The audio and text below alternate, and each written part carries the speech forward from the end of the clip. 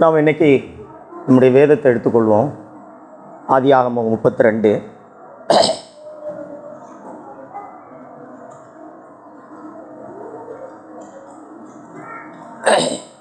இங்கே நாம் யாக்கோபை குறித்து நாம் வாசிக்கிறோம். நான் உங்களுக்கு இதில் இருக்கிற ஒரு சில முக்கியமான காரியங்களை மட்டும் நான் சொல்கிறேன். ஆதியாகமம் 32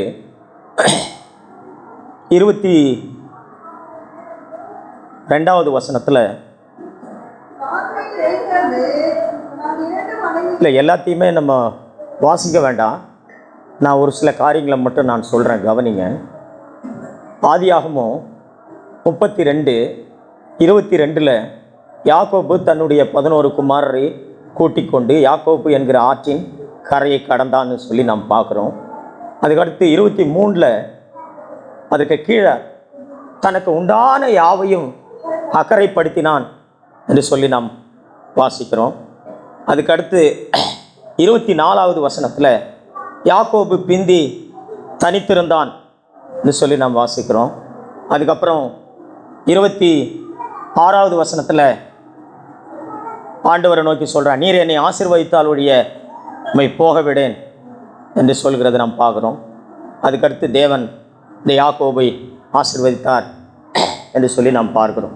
இந்த இடத்துல யாக்கோபு தனக்கு உண்டான எல்லாவற்றையும் அக்கறைப்படுத்தி விட்டு அவன் தேவனிடத்தில் அவன் போராடி, ஆண்டவரே என்னை ஆசீர்வதித்தால் ஒழிய உம்மை விடமாட்டேன் என்று சொல்லி தேவனுடைய ஆசீர்வாதத்தை பெற்றுக்கொண்டதை நாம் இந்த இடத்துல நாம் வாசிக்கிறோம். நான் இதிலிருந்து உங்களுக்கு ஒரு காரியத்தை நான் சொல்லணும்னு விரும்புகிறேன். அது என்னன்னா, ரட்சிக்கப்பட்டிருக்கிற நம்ம ஒவ்வொருவரும் தனிப்பட்ட முறையில் தேவனை நாம் அறிந்திருக்கிறோம். ரட்சிக்கப்பட்டிருக்கிறேன்னு சொல்கிற ஒருத்தரும் தனிப்பட்ட விதத்தில் நாம் தேவனை அறிந்திருக்கிறவர்களாய் நாம் இருக்கும். ஒருவேளை இங்கே இருக்கிற எல்லாருமே நம்ம சொல்லலாம், நான் தேவனை அறிந்திருக்கிறேன். எந்த விதத்தில் நீங்கள் அறிந்திருக்கிறீங்க அப்படின்னு சொல்லி கேட்டால் நீங்கள் சொல்வீங்க, இயேசு தான் தேவன், அவர் தான் ஜனங்களை ரட்சிக்க வந்தார், அவர் தான் சிலுவையில் மரித்தார், அவர் தான் உயிரோடு கூட எழுந்திருக்கிறார், அவர் தான் பரலோகத்துக்கு வழி, அவர் தான் அதிசயங்களை செய்கிறவர், அவர் தான் அற்புதங்களை செய்கிறவர். இப்படி ஏராளமான காரியங்களை நீங்கள் சொல்லக்கூடும். ஆனால் தேவனை அறிந்திருக்கிறது என்பது இதை காட்டிலும் அதிகமான ஒன்று. பழைய ஏற்பாட்டில் வாழ்ந்த ஒருவர் கூட, பழைய ஏற்பாட்டில் வாழ்ந்தவர்கள் தேவனை அறிந்து கொண்டதை காட்டிலும் நாம் அதிகமாய் தேவனை அறிந்து கொள்ள முடியும். பழைய ஏற்பாட்டில் வாழ்ந்த ஒருவர் கூட தேவனை அப்பாவாக தகப்பனாக அறிந்து கொள்ள முடியல. ஆபிரகாமாக இருக்கட்டும், மோசஸாக இருக்கட்டும், நோவாவாக இருக்கட்டும். ஸோ பழைய ஏற்பாட்டில் வாழ்ந்த தேவனுடைய ஜனங்கள் ஒருவர் கூட தேவனை தன்னுடைய சொந்த தகப்பனாக அப்பாவாக அறிந்து கொள்ளவில்லை. காரணம் என்னன்னா, பரிசுத்த ஆவியானவரை அவர்கள் தங்களுடைய இருதயத்தில் பெற்றுக்கொள்ளும்படியாய் அவர்களுக்கு கொடுக்கப்படலை. ஆனால் உங்களுக்கும் எனக்கும் தேவன் பரிசுத்த ஆவியானவரை அருளியிருக்கிறார். நாம் பரிசுத்த ஆவியை பெற்றுக்கொள்ள முடியும். பரிசுத்த ஆவியானவர் நமக்குள்ளே வரும் பொழுதுதான் அப்பா பிதாவே என்று சொல்லி கூப்பிடத்தக்க புத்திர சுவிகாரத்தின் ஆவி என்று சொல்லி நாம் வாசிக்கிறோம். ரோமர் 8வது அதிகாரம்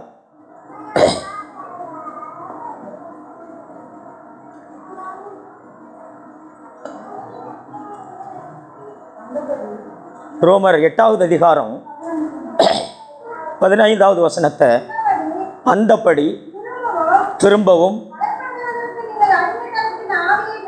பயப்படுகிறதற்கு நீங்கள் அடிமைத்தனத்தின் ஆவியை பெறாமல் அப்பா பிதாவே என்று கூப்பிட பண்ணுகிற புத்திர சுவிகாரத்தின் ஆவியை பெற்றீர்கள்.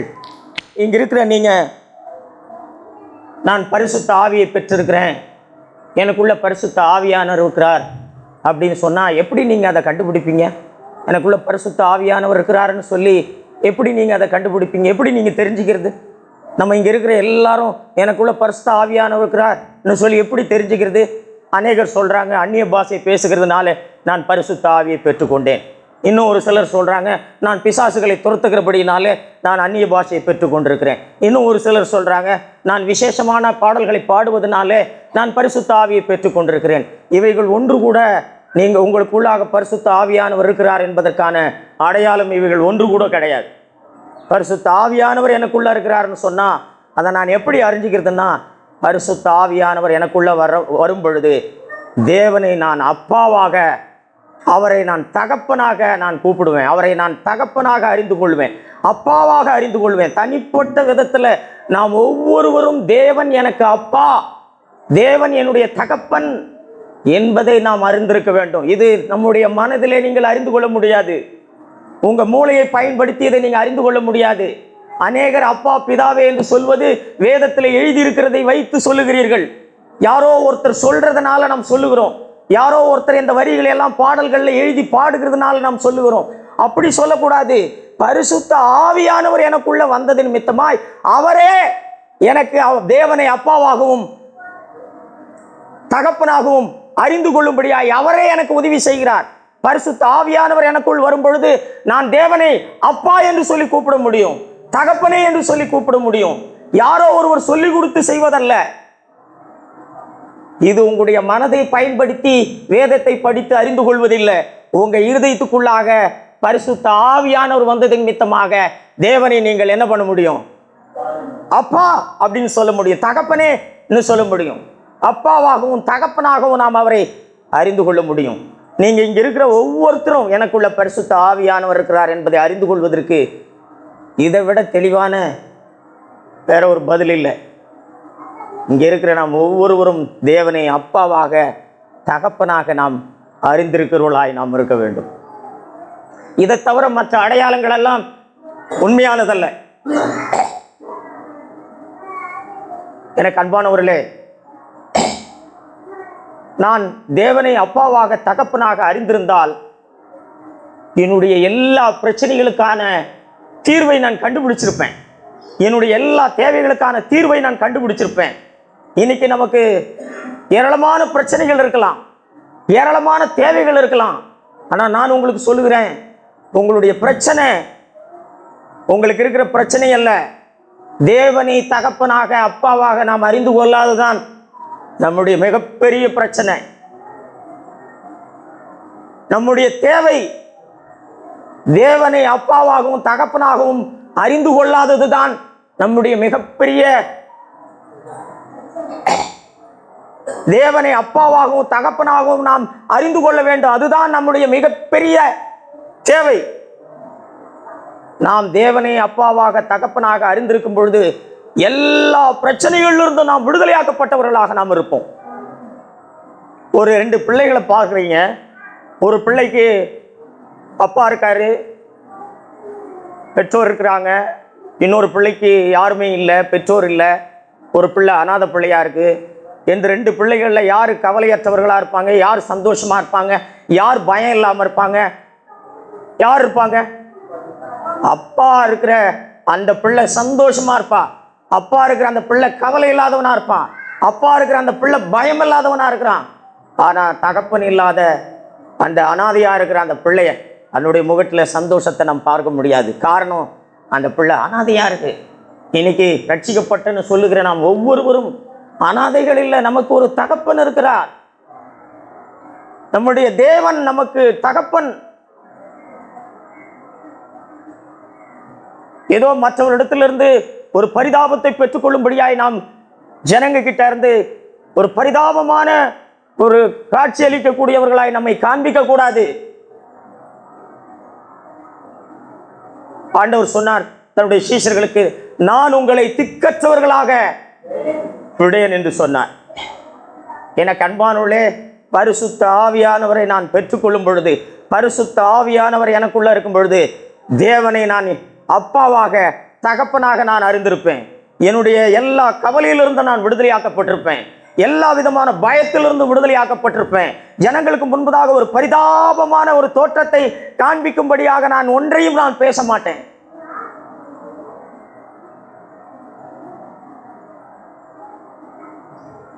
ஆகவே நம்முடைய மிக முக்கியமான ஒரு தேவை, தேவன் என்னுடைய தகப்பன், அப்பா என்பதை நாம் அறிந்திருக்க வேண்டும். தேவன் எப்படிப்பட்ட ஒரு தகப்பனாக இருக்கிறார்? தேவன் எப்படிப்பட்ட ஒரு அப்பாவாக இருக்கிறார்?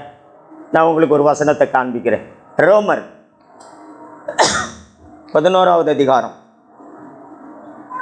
22வது வசனத்தில் நான் ஒரே ஒரு வரியை மட்டும் வாசிக்கிறேன். நானே வாசிக்கிறேன். ஆகையால் தேவனுடைய தயவையும் கண்டிப்பையும் பார். தேவன் எப்படிப்பட்டவராக இருக்கிறாருன்னு இந்த ஒரு லைனில் நீங்கள் அறிந்து கொள்ள முடியும். தேவன் தயவுள்ளவராக இருக்கிறாராம், தேவன் கண்டிப்புள்ளவராக இருக்கிறாராம். சொல்லுங்க, தேவன் தயவுள்ளவராக இருக்கிறார், தேவன் கண்டிப்புள்ளவராக இருக்கிறார். தேவன் தயவுள்ளவராக இருக்கிறார்னா தேவன் அன்புள்ளவராக இருக்கிறார் என்று அர்த்தம். தேவன் கண்டிப்புள்ளவராக இருக்கிறார்னா தேவன் தண்டிக்கிறவராக இருக்கிறார், தேவன் சிட்சிக்கிறவராக இருக்கிறார், தேவன் கண்டிப்புள்ளவராக இருக்கிறார். இதுதான் தேவனை நான் அறிந்திருப்பதனுடைய பொருள். இதுதான் தேவன் என்னுடைய தகப்பனாக இருக்கிறார். அவர் எப்படிப்பட்ட ஒரு தகப்பனாக இருக்கிறார்? அன்புள்ள ஒரு தகப்பனாக இருக்கிறார். இன்னொன்னு, அவர் வெறும் அன்புள்ள தகப்பன் மட்டும் இல்ல, அவர் கண்டிப்புள்ள தகப்பன், சிட்சிக்கிற தகப்பன், தண்டிக்கிற தகப்பன், அன்பினால் சிட்சிக்கிறவர். ஒரு நல்ல தகப்பனா இருந்தா நம்மிடத்துல இந்த 2 குணங்களும் இருக்கணும். நீங்க ஒரு சபைக்கு ஒரு மூப்பனா இருந்தா நம்மிடத்துல இந்த 2 குணங்களும் இருக்கணும். நாம் வெறுமனமே ஜனங்களை நேசிக்கிறவர்களாக இருக்கக்கூடாது, ஜனங்களிடத்திலே கண்டிப்புள்ளவர்களாக இருக்கணும். நாம் ஒரு தகப்பனாக இருந்தால் நம்முடைய பிள்ளைகளுக்கு வெறும் பிள்ளைகளை நேசிக்கிறவர்களாக இருக்கக்கூடாது, நாம் அவர்களை நேசிக்கிறவர்களாகவும் இருக்கணும், நாம் அவர்களை சிட்சிக்கிறவர்களாகவும் நாம் இருக்கணும். ஏனென்றால் நம்முடைய தேவன் அவர் அப்படிதான் இருக்கிறார். அவரை பெற்றுக் கொண்டிருக்கிற நாம் ஒவ்வொருவரும் அப்படிதான் நாம் இருப்போம். நம்முடைய தேவன் எப்படி இருக்கிறாரோ அப்படிதான் நாம் இருப்போம். அவர் அன்புள்ளவராக இருக்கிறதுனால நாமும் அன்புள்ளவராக இருப்போம். அவர் கண்டிப்புள்ளவராக இருக்கிறதுனால நாமும் கண்டிப்புள்ளவர்களாக இருப்போம். நம்பர் 1, தேவன் அன்புள்ள தகப்பன். தேவன் அன்புள்ள தகப்பன் என்பதை காண்பிக்கும்படியாய் ஒரு ஓமையை சொன்னார். நான் உங்களுக்கு அந்த பகுதியை வாசித்து காட்டுறேன். லூக்கா 15வது அதிகாரத்தை எடுத்துக்கொள்வோம்.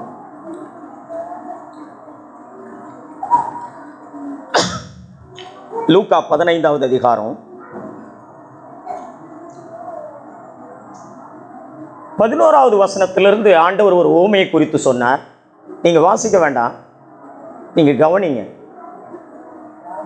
11வது வசனத்திலிருந்து ஒரு ஓமையை குறித்து சொன்னார். இங்கே ஒரு தகப்பன் இருக்கிறார். அந்த தகப்பனுக்கு 2 பிள்ளைங்க இருக்கிறாங்க. ஒரு பிள்ளை இளைய குமாரன், இன்னொரு பிள்ளை மூத்த குமாரன். இந்த இளைய குமாரன் தன்னுடைய தகப்பனுடைய ஆசையிலிருந்து தன்னுடைய பங்கை வாங்கி கொண்டு அவன் தூர தேசத்துக்கு புறப்பட்டு போய் அங்கே துன்மார்க்கமாக ஜீவித்து தன்னுடைய ஆஸ்திகளை எல்லாம் அழித்து போட்டான். வேசிகளிடத்தில் துன்மார்க்கமான ஜீவியம் செய்து தன்னுடைய ஆஸ்திகளை எல்லாம் அவன் அழித்து போட்டான். அவனுக்கு எந்த நம்பிக்கையும் இல்லை திரும்ப அப்பான் இடத்துல வருவதற்கு. ஏன்னா அவனிடத்துல எந்த நல்லதும் இல்லை. அவன் துன்மார்க்கமாய் வாழ்ந்தவன். இப்போ அவன் அப்பாவினிடத்துல திரும்பி வருகிறான். அப்பாவினிடத்துல வந்து அவன் என்ன சொல்றான்னா, நான் உங்களுக்கு வாசிக்கிறேன் பாருங்க. 20வது வசனத்துல 20 இல்லை, நான் உங்களுக்கு சொல்றேன். 21வது வசனத்துல குமாரன் தகப்பனை நோக்கி, தகப்பனே, பரத்துக்கு விரோதமாகவும் உமக்கு முன்பாகவும் பாவம் செய்தேன்.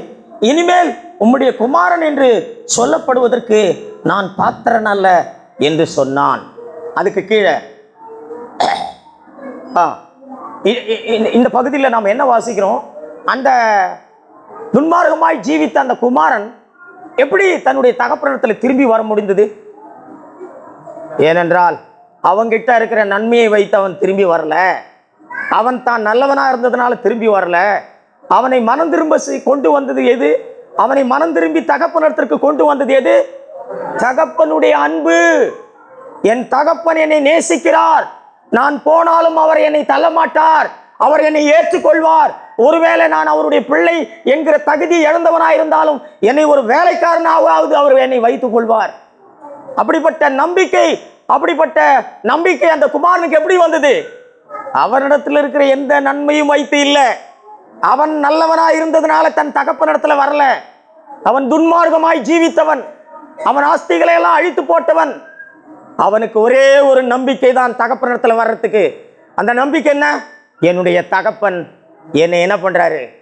நேசிக்கிறவர். தன்னுடைய தகப்பனை ஒரு அன்புள்ள தகப்பனாக அவன் அறிந்திருந்தபடியினாலே அவன் தன்னுடைய தகப்பனிடத்திற்கு அவனால் என்ன பண்ண முடிஞ்சது? வர முடிஞ்சது. ஆனா கூடவே ஒரு மகன் இருந்தான். அவனுக்கு தகப்பனுடைய அன்பு தெரியல. கூடவே ஒரு மூத்த குமாரன் இருந்தான். அவனுக்கு தன்னுடைய தகப்பனுடைய அன்பு தெரியல. யாருக்கு தன்னுடைய அன்பு, தகப்பனுடைய அன்பு தெரிஞ்சது?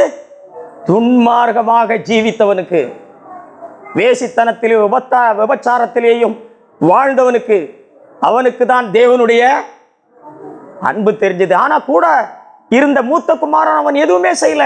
அவன் கொலை செய்யல, அவன் விபச்சாரம் செய்யல, அவன் களவு செய்யல, அவன் பொய் சொல்லல. அவன் அற்புதமான ஒரு குமாரன். அப்படிப்பட்டவனுக்கு தேவனுடைய அன்பே தெரியல, அப்பாவுடைய அன்பு தெரியல. இங்க எதற்காக ஆண்டவர் இந்த ஓமையை சொன்னாரு? முதல் வசனத்தை எடுத்துக்கொள்ளுங்க. லூக்கா 15வது அதிகாரம். சகல ஆயக்காரரும் பாவிகளும் அவருடைய வசனங்களை கேட்கும்படி அவரிடத்தில் வந்து சேர்ந்தார்கள். அப்பொழுது பரிசேயரும் வேதபாரகரும் முறுமுறுத்து, இவர் பாவிகளை ஏற்றுக்கொண்டு அவர்களோடு சாப்பிடுகிறார் என்றார்கள்.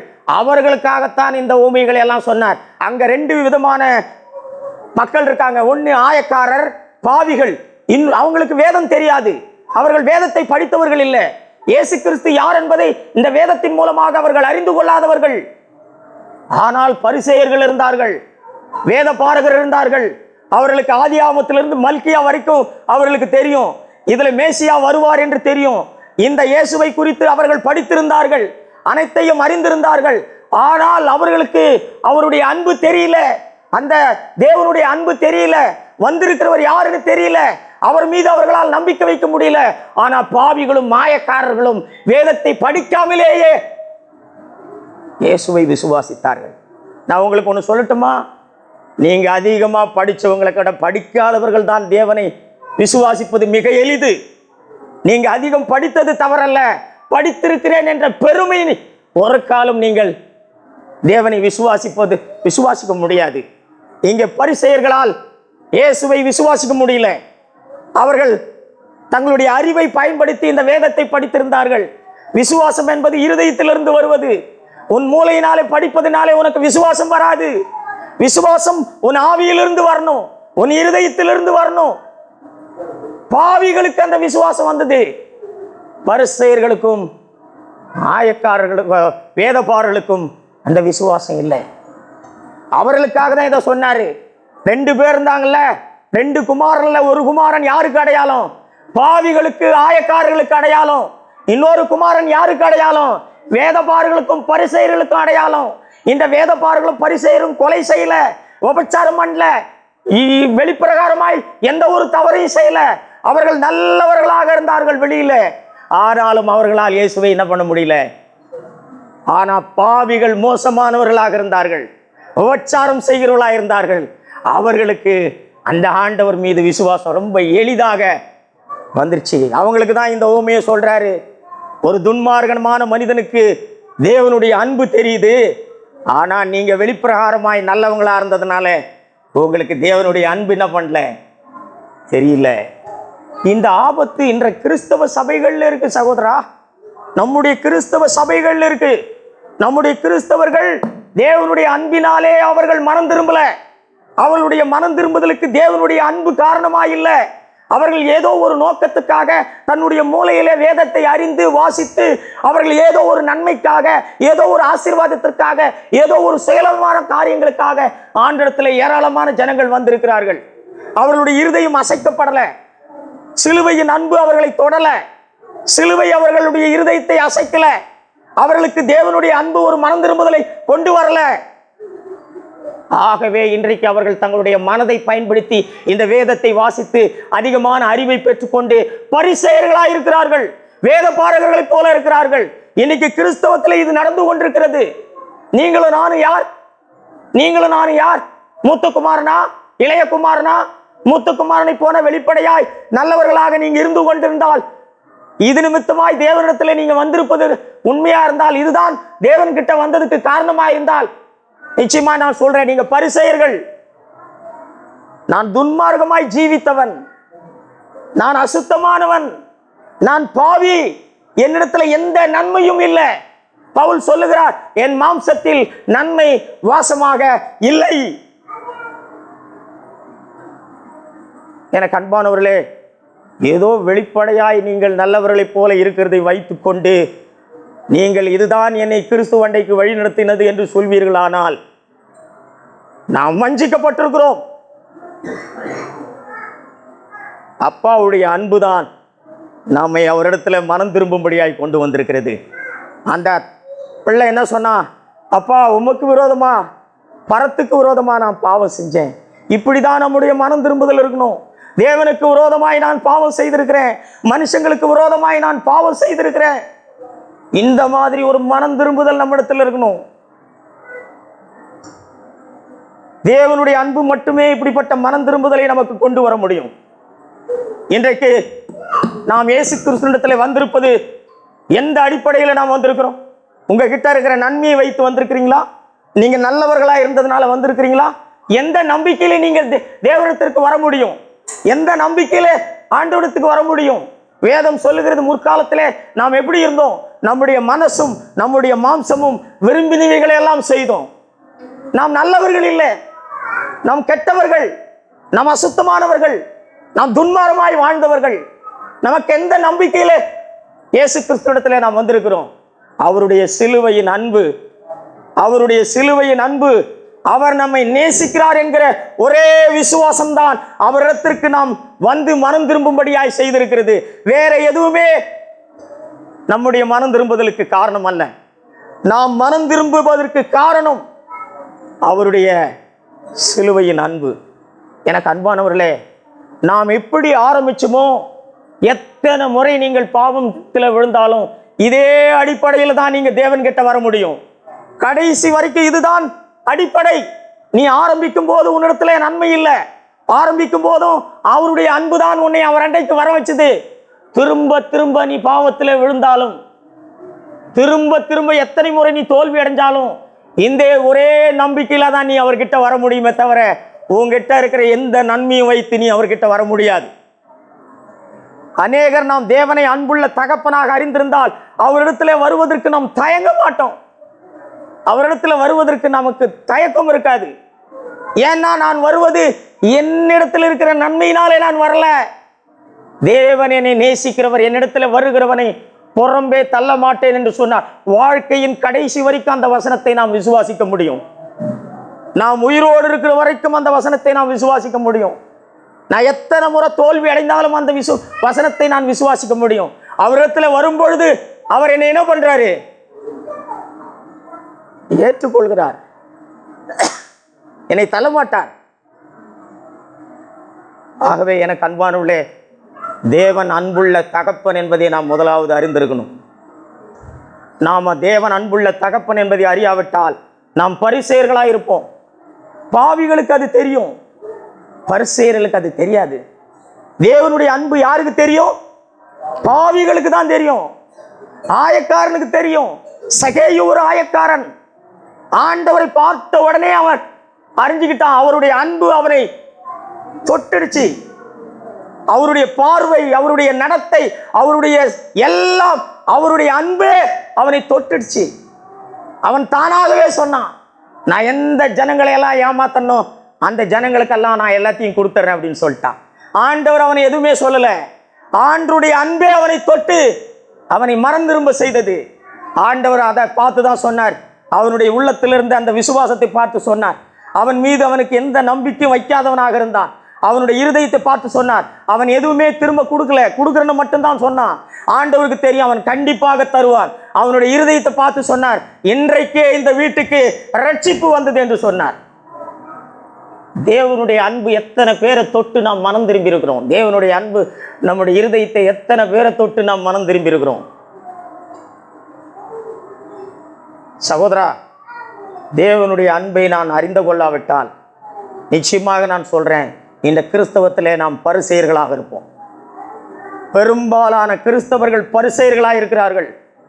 அதற்கு ஒரே ஒரு காரணம், தான் எந்த அளவுக்கு துன்மார்க்கமானவன் என்பதை அவர்கள் அறியாதிருக்கிறார்கள். அவர்கள் மாய்மாலக்காரர்கள், தங்களை நல்லவர்கள் என்று சொல்லி எண்ணிக்கொண்டிருக்கிறார்கள். வெளிப்பிரகாரமாக இருக்கிற நல்ல வாழ்க்கையை வைத்து அவர்கள் தங்களை நல்லவர்கள் என்று சொல்லி எண்ணிக்கொண்டிருக்கிறார்கள். நாம் வஞ்சிக்கப்படுவோம். நாம் பாவிகள் என்பதையும் நாம் துன்மார்கர் என்பதையும் நாம் மறந்துடக்கூடாது. வாழ்க்கையின் கடைசி வரைக்கும் நாம் பாவிகள் என்பதை மறந்துடக்கூடாது. அவரிடத்திலே வருவதற்கு ஒரே ஒரு அடிப்படையில் தான் நான் அவரிடத்திற்கு வருகிறேன். என்ன அந்த அடிப்படை? அவர் என்னை நேசிக்கிறார். அப்படிதான் நான் ஆரம்பிக்கணும் இந்த கிறிஸ்தவ வாழ்க்கையை. கடைசி வரைக்கும் அப்படிதான் நான் அவரிடத்திலேயே வர முடியும். கடைசி வரைக்கும் இந்த அடிப்படையை தவிர வேறொரு அடிப்படை இல்லை. இதுதான் விசுவாசத்தின் வழி. தேவன் என்னை நேசிக்கிற தகப்பனாக இருக்கிறார். இதுதான் விசுவாசத்தின் வழி. இந்த வழியில மட்டுமே நாம் அவர் அண்டைக்கு வர முடியும். உங்க மீது நீங்க ஒரு துளி கூட நம்பிக்கை வைப்பீர்களானால் நான் சொல்லுகிறேன், நீங்கள் தேவனுடைய அன்பை, அவர் ஒரு அன்புள்ள தகப்பன் என்பதை அறியல. இரண்டாவது காரியத்தை நான் உங்களுக்கு சொல்லுகிறேன். அவர் வெறும் அன்புள்ளவர் மட்டும் இல்லை, அவர் கண்டிப்புள்ளவர். அவர் எதற்காக கண்டிக்கிறார்? நாம் எதுக்காக நம்முடைய பிள்ளைகளை கண்டிக்கிறோம்? செய்த தவற திரும்ப திரும்ப தன் பிள்ளைகளை என்ன பண்ணக்கூடாது? செய்யக்கூடாது. ஆகவே தான் அந்த பிள்ளைகளை நாம் என்ன பண்றோம்? கண்டிக்கிறோம், சிட்சிக்கிறோம். எதற்காக? செய்த தவறை மீண்டும் என்ன பண்ணக்கூடாது? செய்யக்கூடாது. நான் உங்களுக்கு சொல்லட்டுமா, ஏன் திரும்ப திரும்ப செய்த பாவங்களையே நாம் செய்து கொண்டிருக்கிறோம்? எதற்காக விழுந்த பாவத்திலேயே விழுந்து கொண்டிருக்கிறோம்? ஏனென்றால் தேவன் கண்டிப்புள்ளவர் என்பதை, அவர் ஒரு சிட்சிக்கிற தகப்பன் என்பதை நாம் அறிந்து கொள்ளாமல் இருக்கிறோம். தேவன் சிட்சிக்கிற தகப்பன் என்பதை நாம் அறிந்து கொள்ளாமல் இருக்கிறோம். தேவன் எதற்காக நம்மை சிட்சிக்கிறார்? அவருடைய பரிசுத்தத்துக்கு பங்குள்ளவர்களாகும் பொருட்டு நம்மை சிட்சிக்கிறார். எபிரேயர்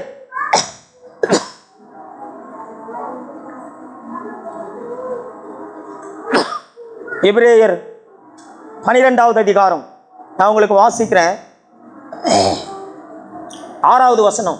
கர்த்தர் எவனிடத்தில் அன்பு கூறுகிறாரோ அவனை அவர் சிட்சித்து தாம் சேர்த்து கொள்ளுகிற எந்த மகனையும் தண்டிக்கிறார் என்று பிள்ளைகளுக்கு சொல்லுகிறது போல உங்களுக்கு சொல்லி இருக்கிற புத்திமதியை மறந்தீர்கள்.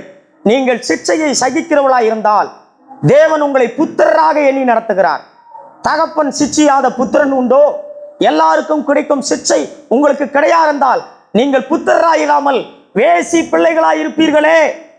அன்றியும் தம்முடைய சரீரத்தின் தகப்பன்மார்கள் நம்மை சிட்சிக்கும் போது அவர்களுக்கு நாம் அஞ்சி நடந்திருக்க நாம் பிழைக்கத்தக்க ஆவிகளின் பிதாவுக்கு வெகு அதிகமாய் அடங்கி நடக்கிறோம் அல்லவா? நடக்க வேண்டும் அல்லவா? அவர்கள் தங்களுக்கு நலமென்று தோன்றினபடி கொஞ்ச காலம் சிட்சித்தார்கள். இவரோ தம்முடைய பரிசுத்தத்திற்கு நாம் பங்குள்ளவர்களாகும் பொருட்டு நம்முடைய பிரயோஜனத்துக்காகவே நம்மை சிட்சிக்கிறார். தேவன் எதற்காக நம்மை சிட்சிக்கிறார்? எதற்காக சிட்சிக்கிறார்? அவரை போல நாம் பரிசுத்தம் உள்ளவர்களாய் நாம் வாழ வேண்டும். இயேசுவை போல நாம் பரிசுத்தமாய் நாம் வாழ வேண்டும். அதற்காக தான் தேவன் நம்மை என்ன பண்றாரு? சிட்சிக்கிறார். முதலாவது நாம் பாவம் செய்த போது அவர் நம்மை மன்னிக்கிறார். ஆனா வெறுமனமே மன்னிக்கிறது மட்டும் அவருடைய குணம் அல்ல. எல்லா கிறிஸ்தவர்களும் தேவன் அன்பாயிருக்கிறார், தேவன் அன்பாயிருக்கிறார், வெறும் தேவன் அன்பாயிருக்கிறார் என்று அறிந்திருக்கிறபடினாலே தான் செய்த தவறுகளையே திரும்ப திரும்ப அந்த பாவங்களையே நாம் செய்து கொண்டிருக்கிறோம். வேதம் சொல்லுகிறது தேவன் அன்பாயிருக்கிறார், அதே நேரத்தில் தேவன் பட்சிக்கிற அக்கினியாக இருக்கிறார். எதை பட்சிக்குது? அந்த அக்கினி எதை பட்சிக்குது? நமக்குள்ள இருக்கிற எல்லா பாவ சுபாவங்களையும், இயேசுவை போல இல்லாத எல்லா பாவ சுபாவங்களையும் எல்லாவற்றையும் பட்சிக்கக்கூடியதா இருக்கு. நாம் புத்திரர்களாக இருந்தால் தேவனுடைய சிக்ஷையை நாம் என்ன பண்ணுவோமா? தேவன் எப்படியெல்லாம் சிக்ஷிக்கிறாரு? வியாதியை கொடுப்பாரு. தேவன் கொடுக்கறது இல்லை, அனுமதிப்பார். வியாதியை அனுமதிப்பார். யோபுவுக்கு வியாதியை அனுமதித்தார். கஷ்டங்களை அனுமதிப்பார், துன்பங்களை அனுமதிப்பார். பல காரியங்களை நாம் இழக்க நேரிடும். யோபு தனக்கு உண்டான எல்லாவற்றையும் இழந்தான். தேவன் தன்னுடைய பிள்ளைகளை சிட்சிப்பதற்காக பல வழிகளை அவர் உபயோகிப்பார். அவைகளெல்லாம் நம்மால் சந்தோஷமாக ஏற்றுக்கொள்ள முடியுமா? தேவன் அனுமதிக்கிற எல்லாவற்றையும் என்னால் இந்த உலகம் சொல்லிக் கொடுக்குது. தேவன் உனக்கு கஷ்டம் தரமாட்டார், பிரச்சனை வராது, துன்பம் வராது, நீ இயேசுவை ஏற்றுக்கொண்டா செழிப்பார்களா, நீ கார் வாங்கலாம், நீ வீடு கட்டலாம். இவைகளெல்லாம் தவறான உபதேசங்கள். தேவன் நம்மை பரிசுத்தமாக்கும் பொருட்டு நம்ம என்ன பண்றாராம்? சிட்சிக்கிறார். தேவன் உங்களை நேசிக்கிறார் என்பதை விசுவாசிக்கிறீங்களா? அப்படியான உங்களுக்கு வர்ற துன்பம், கஷ்டம், பிரச்சனை, இழப்பு, தோல்விகள், வியாதிகள் அத்தனையும் தேவனை போல நாம் பரிசுத்தமாய் வாழ்வதற்காக தேவன் நமக்கு அனுமதித்திருக்கிறார். இவைகள் மூலமாய் நாம் மனம் திரும்பணும். இவைகள் மூலமாய் நாம் என்னென்ன காரியங்களிலிருந்து மனம் திரும்ப வேண்டுமோ அவைகளுக்காக நாம் மனம் திரும்பணும். இவைகளெல்லாம் நம்முடைய வாழ்க்கையில் நடக்கும் பொழுது, தேவன் இவைகளெல்லாம் அனுமதிக்கும் பொழுது நம்மை நாமே நாம் ஆராய்ந்து பார்க்கணும். ஆண்டவரே, இன்னும் உங்களை போல இல்லாத சுபாவம், உங்களை போல இல்லாத காரியங்கள் எல்லாம் என்னிடத்துல என்ன இருக்கு ஆண்டவரே? நாம் மனம் திரும்பணும். நாம் மனம் திரும்பும் போது அவருடைய தயவை பெற்றுக் கொள்கிறோம். அவர் கண்டிப்புள்ளவராக இருக்கிறதுனால நாம் அப்படிப்பட்ட பாவத்தை செய்யாதபடி தேவன் நம்ம என்ன பண்றாரு? சிட்சித்து வழி நடத்துகிறவராக இருக்கிறார். இந்த ரெண்டு காரியங்களையும் நாம் பார்க்கணும். இயேசுவை பாருங்க, ஒரு ஆலயத்தில் வியாபாரம் நடக்குது. தேவனுடைய ஆலயத்தில் வியாபாரம் நடக்குது. தேவனுடைய ஆலயம் ஜனங்கள் ஜெபிக்கிற இடம். தேவனுடைய ஆலயத்திலே ஜனங்கள் வந்து தேவனுடைய வார்த்தைகளை கேட்கக்கூடிய இடம். ஜனங்களுக்கு அது ஒரு ஜெப வீடு. ஆனால் அந்த ஆலயத்தில் பொருளை விற்று கொண்டிருந்தாங்க. அது ஒரு பிசினஸான இடமாய், வியாபாரமான ஒரு இடமாய் ஆக்கிட்டு இருந்தாங்க. பொருளை விற்கிறதும் வாங்கிறதும். ஆண்டவர் அதை பார்த்துக்கிட்டு சும்மா இருந்தாரா? இல்லை. என்னுடைய வீட்டை வியாபார வீட்டாக்கி வச்சிருக்கிறீங்கன்னு சொல்லி ஆலயத்தை சுத்தம் பண்ணும்படி அவர் அப்படி பட்சிக்கிற ஒரு அக்னியை போல சாட்டையை எடுத்து எல்லாரையும் துரத்தினார். நீங்க அவருடைய ஆலயம் தானே, நாம் அவருடைய ஆலயம் தானே. இந்த ஆலயத்தை பரிசுத்தப்படுத்துவதற்கு தேவனுக்கு வைராக்கியம் இல்லையா?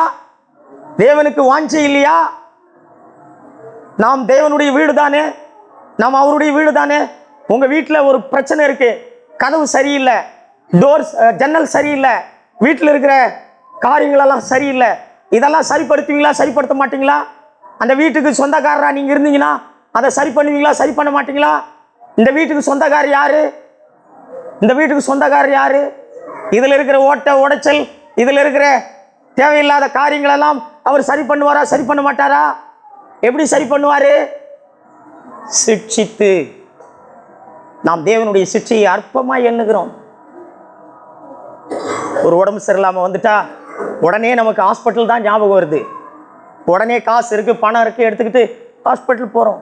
ஆனால் தவறு இல்லை, நீங்கள் போய் ட்ரீட்மெண்ட் பண்ணுறது தவறு இல்லை. ஆனால் தேவன் அதை எதற்காக உங்களுக்கு அனுமதிச்சிருக்கிறார் என்பதை நீங்கள் ஆராய்ந்து பார்க்கறதில்லை. இன்னும் நாம் எவ்வளவு தாழ்மையாக வேண்டியது இருக்குது. இன்னும் நாம் தேவனுடைய வல்லமை நமக்கு எவ்வளோ தேவை இருக்குது. இன்னும் தேவனை போல வாழ்கிற வாழ்க்கை நமக்கு இன்னும் எவ்வளோ இருக்குது. நம்முடைய இருதயத்தில் இன்னும் தேவையில்லாத, தேவனை போல இல்லாத காரியங்கள் எவ்வளோ இருக்குது. உங்களுடைய உள்ளான வாழ்க்கையை நீங்கள் பார்க்கணும். கிறிஸ்தவர்கள் என்றாலே உள்ளான வாழ்க்கையை பார்க்கணும். வெளிப்பிரகாரமான வாழ்க்கையை பார்க்கக்கூடாது. வெளிப்பிரகாரமான வாழ்க்கையை கிறிஸ்தவர்கள் நாம் பார்ப்போமானால் நாம் பரிசேயர்களாகுவோம். நாம் பரிசேயராவோம். கிறிஸ்தவர்கள் என்றாலே நம்முடைய உள்ளத்தை பார்க்கணும். தேவன் வெளியே பார்க்கிறாரா, உள்ளத்தை பார்க்கிறாரா? மனுஷனோ முகத்தை பார்க்கிறான், தேவனோ இருதயத்தை பார்க்கிறார்.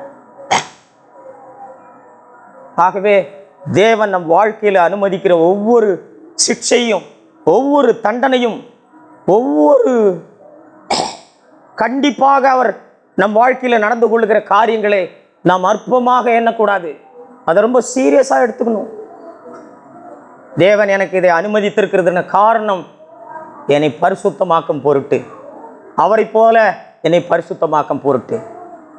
இப்படி நாம் தேவனை அறிந்திருக்காத பட்சத்தில் நீங்களாகவே பரிசுத்த வாழ்க்கையை வாழ எவ்வளவு முயற்சித்தாலும் நீங்கள் வாழ்கிற வாழ்க்கை இது பரிசுத்தம் அல்ல, பரிசேயத்தனம். நீங்கள் பரிசுத்த வாழ்க்கையை வாழ முடியாது. அவர்தான் உங்களை பரிசுத்தமாக்கணும். அவர்தான் நம்மை மன்னிக்கணும். எல்லாவற்றையுமே அவர்தான் செய்யணும். நமக்கு விசுவாசம் வேணும். அவரிடத்தில் தயவை பெற்றுக்கொள்வதற்கு விசுவாசம் வேணும். அவரிடத்தில் இரக்கத்தை பெற்றுக்கொள்வதற்கு விசுவாசம் வேணும். அவரிடத்தில் மன்னிப்பை பெற்றுக்கொள்வதற்கு விசுவாசம் வேணும். ரெண்டாவது, அவரே அவருடைய வீட்டை சுத்தப்படுத்துவதற்கு நாம் அனுமதிக்கணும். அவர் நம்மை பரிசுத்தப்படுத்துவதற்கு நாம் அனுமதிக்கணும். நாம் அனுமதிக்காத பட்சத்தில் அவர் நம்ம என்ன பண்ண முடியாது? பரிசுத்தமாக்க முடியாது. நமக்கு ஒரு வியாதி வருது, நமக்கு ஒரு கஷ்டம் வருது, ஒரு பிரச்சனை வருது, இவைகளை குறித்து நமக்கு எந்த விதமான உணர்வும் வருவதில்லை. இவைகளெல்லாம் தேவன் எதற்காக அனுமதிக்கிறார் என்கிற எந்த உணர்வும் வருவதில்லை. அப்படியானால் தேவனை பரிசுத்தப்படுத்துவதற்கு நாம் என்ன பண்றதில்லை? அனுமதிக்கிறதில்லை. தேவனை நாம் அனுமதித்தால் அவருடைய வீட்டை அவர் என்ன பண்ணுவார்? பரிசுத்தமாக்குவார். நாம் அவருடைய வீடா இருந்தா நிச்சயமாக தேவன் நம்ம என்ன பண்ண முடியும்? பரிசுத்தம். நாம் பரிசுத்தத்தில் வளரலை அப்படின்னா அதனுடைய காரியம் என்னன்னா, இன்னும் நாம் அவருடைய வீடா இல்லையா, நமக்குள்ள அவர் வாசம் பண்றாரா இல்லையா, இவைகளை குறித்து நீங்க சீரியஸா எடுத்துக்கணும். அவர் நமக்குள்ளாக இருந்தால் அவர் நிச்சயம் நம்ம என்ன பண்ணுவாரு? பரிசுத்தப்படுத்துவார். எதற்காக நமக்குள்ள வந்திருக்காரு? எதற்காக அவர் நமக்குள்ள வந்திருக்காரு? நம்மை மன்னித்துட்டு எதுக்கு நமக்குள்ள வந்திருக்காரு? நம்மை மன்னித்த தேவன் எதற்காக நமக்குள்ள வந்திருக்காரு? நம்மை பரிசுத்தமாக்கும் பொருட்டு நமக்குள்ளாக வந்திருக்கிறார். பரிசுத்த ஆவியானவர் உங்களுக்குள் வரும்பொழுது அவர் நீதியை குறித்தும் நியாயத்தை குறித்தும் பாவத்தை குறித்தும் அவர் கண்டித்து உணர்த்துவார். அப்படிப்பட்ட ஒரு உணர்வு நமக்கு இருக்கணும். எனக்குள்ளாக இருக்கிற காரியங்களை எல்லாம் தேவன் கண்டித்து உணர்த்துகிறாரா? எனக்கு இப்படிப்பட்ட என்னுடைய சிந்தை இப்படி இருக்கு, என்னுடைய நோக்கம் இப்படி இருக்கு, என்னுடைய இருதயத்தில் இப்படிப்பட்ட காரியங்கள் இருக்கு, இவைகளெல்லாம் ஆண்டவர் கண்டித்து உணர்த்துகிறாரா? பரிசுத்த ஆவியானவர் கண்டித்து உணர்த்துகிறாரா? நீதியை குறித்து கண்டித்து உணர்த்துகிறாரா? நியாய தீர்ப்பை குறித்து கண்டித்து உணர்த்துகிறாரா? அப்படிப்பட்ட ஒரு வாழ்க்கைக்கு நாம் இல்லாவிட்டால் நான் தேவனை அறிந்திருக்கிறேன்னு சொல்வது வெறும் மூளை அறிவிலே நாம் அறிந்திருக்கிறோம். இயேசுதான் தேவன் என்று சொல்லி ரட்சிக்கப்படாத மக்கள் கூட சொல்லுவார்கள். இயேசுதான் பாவங்களை மன்னிக்க வந்தார்னு ரட்சிக்கப்படாத மக்கள் கூட சொல்லுவார்கள். இயேசு அற்புதங்களை செய்கிறவர்னு ரட்சிக்கப்படாத மக்கள் கூட சொல்லுவார்கள். இவைகளெல்லாம் தேவனை அறிந்திருக்கிறேன் என்பதனுடைய பிரதானமான காரியம் அல்ல. தேவனை அறிந்திருக்கிறேன் என்று சொன்னால் அவர் என்னுடைய தகப்பன், என்னை நேசிக்கிற தகப்பன், என்னை சிட்சிக்கிற தகப்பன். இவைகளை நாம் அறிந்திருக்கணும். இவைகளை நாம் அறிந்திருந்தால் நாம் தேவனை அறிந்திருக்கிறோம் என்று பொருள். இவைகளை நாம் அறியாமல் தேவன் என்னை பரலோகம் கொண்டு போவார், தேவன் என்னை மன்னித்து விட்டார், தேவன் என்னை ரட்சித்து விட்டார், தேவன் எனக்கு அற்புதங்களை செய்கிறார், தேவன் என்னை ஆசீர்வதித்துக் கொண்டிருக்கிறார் என்று சொல்வோமானால் நாம் கண்டிப்பாக வஞ்சிக்கப்படும். தேவனை நாம் ஒவ்வொருவரும் தனிப்பட்ட விதத்தில் அறிந்திருக்கணும். யாக்கோபு தனக்கு உண்டான எல்லாவற்றையும் அக்கறைப்படுத்தினான். அவன் தனித்து தேவனோடு போராடி என்னை ஆசீர்வதித்தால் ஒழிய உம்மை விடமாட்டேன் என்று சொன்னது போல நாம் ஒவ்வொருவரும் தனிப்பட்ட விதத்தில் தேவனை நம் அப்பாவாகவும் தேவனை நம்மை கண்டிக்கிறவராகவும் நாம் அவரை அறிந்து கொண்டிருக்கணும். அப்படிப்பட்ட ஒரு அறிவு, அப்படிப்பட்ட ஒரு அறிந்து கொள்ளுதல் நம்மிடத்தில் இல்லாவிட்டால் நாம் ஒரு காலம் அவருடைய வீடாக, அவருடைய ஆலயமாக நம்ம ஒரு காலம் இருக்க முடியாது. ஆகவே கண்பானவர்களே, நாம் தாழ்த்தி அவரிடத்தில் ஒப்பு கொடுப்போம். நாம் எப்படிப்பட்டவர்களாக இருக்கிறோம்? நாம் இன்னும் பயந்து கொண்டிருக்கிறோம், இன்னும் கவலைப்படுகிறோம், இன்னும் பாவத்தினாலே செய்த பாவங்களையே செய்து கொண்டிருக்கிறோம். இவைகளெல்லாம் எதற்காக? நான் கிறிஸ்தவனாய் எத்தனையோ வருடங்களாகுது, சபைக்கு வர்றேன், பைபிள் படிக்கிறேன், இன்னும் ஜனங்களையே நம்பி இருக்கிறேன், ஜனங்ககிட்ட பரிதாபமாக ஒரு காட்சி அளிக்கிறேன். எதுக்கு இது? இப்படிப்பட்ட ஒரு வாழ்க்கை எதற்காக நாம் வாழ்ந்து கொண்டிருக்கிறோம்? ஏன்னா தேவனை தனிப்பட்ட விதத்தில் நாம் அப்பாவாக அறிந்து கொள்ள. எனக்கு ஒரு அப்பா இருக்கிறார், என்னுடைய தகப்பன். அவர் வானத்தையும் பூமியையும் படைத்த தகப்பன், சாதாரணமானவர் அல்ல. என்னுடைய அப்பா யார்? அவரு அண்ட சராசரங்களையும் சிருஷ்டித்தவர். அவர் எனக்கு ஒரு தேவையை செய்திட முடியாதா? அவர் எனக்கு ஒன்றை செய்திட முடியாதா? அவரால் ஒரு பிரச்சனையை தீர்த்திட முடியாதா? அவரை நம் அப்பாவாக நாம் அறிந்திருந்தால், அவரை நம்மை சிட்சிக்கிற ஒரு அன்புள்ள தகப்பனாக நாம் அறிந்திருந்தால், பிரச்சனைன்னு சொல்லி ஒருத்தர் கூட நாம் சொல்ல மாட்டோம். எனக்கு இந்த பிரச்சனை இருக்குன்னே சொல்ல மாட்டோம், எனக்கு இந்த தேவை இருக்குன்னே சொல்ல மாட்டோம். எல்லா தேவைகளையும் சந்திக்கக்கூடிய அளவுக்கு அவர் நம்முடைய தகப்பனாக இருக்கிறார். எல்லா பாவத்திலிருந்தும் நம்மை விடுதலையாக்கக்கூடிய அளவுக்கு அவர் நம்மை சிட்சித்து வழி நடத்துகிற தகப்பனாக இருக்கிறார். நம்மை நாமே ஆண்டவருடைய கரத்தில் ஒப்பு கொடுப்போம். கர்த்தர் தாமே நம்மை ஆசீர்வதிப்பாராக. ஆமென்.